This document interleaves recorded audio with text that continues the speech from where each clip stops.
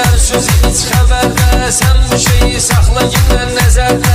Çox belə xol getməyim biləcərdə, adamı susturub lala döndərərlər. O qədər dögərlər mala döndərərlər, adamı susturub lala döndərərlər. O qədər dögərlər mala döndərərlər, o qədər dögərlər mala döndərərlər.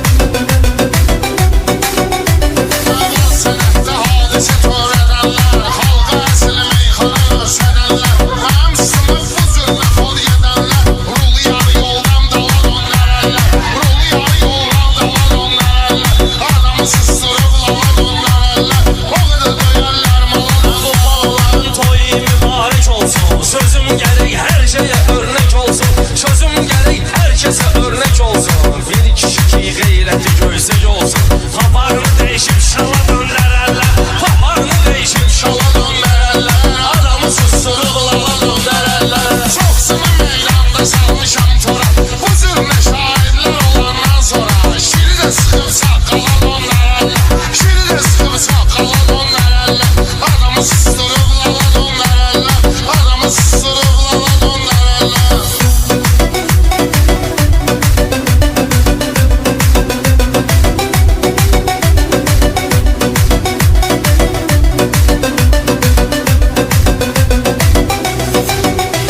Ağlabuların oğatıdır nöqsanı, meyxanıyla qızışdıraq meydanı.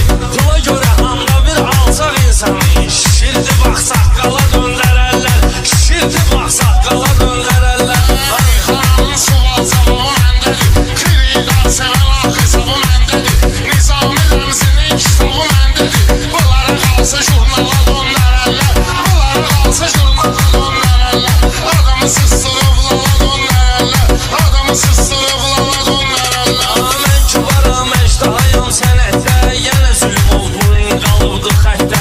Nizami Rəmzinin Rəşad bu kənddə, idarəsin filyala döndərərlər, idarəsin filyala döndərərlər. Qızışdırın meyxananın meydanın, gərək mənim xəstələrin dərmanı.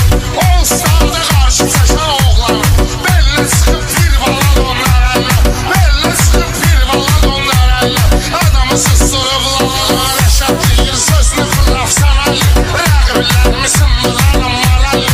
Ozun sənəti elədilər muzikalli, biləzən orientala döndərərlər, biləzən orientala döndərərlər, adamı susturub lala döndərərlər. Qulaqlarımı saxlamısan şək kimi, dur oyna orientalı göysək kimi. Burada çaşan inərlər eşək kimi, qəddin əyərlər nala döndərərlər, qəddin əyərlər nala döndərərlər. Göstərəcəklər sözü iç xəbərdə, sən bu şeyi saxla yenə nəzərdə. Çox belə xol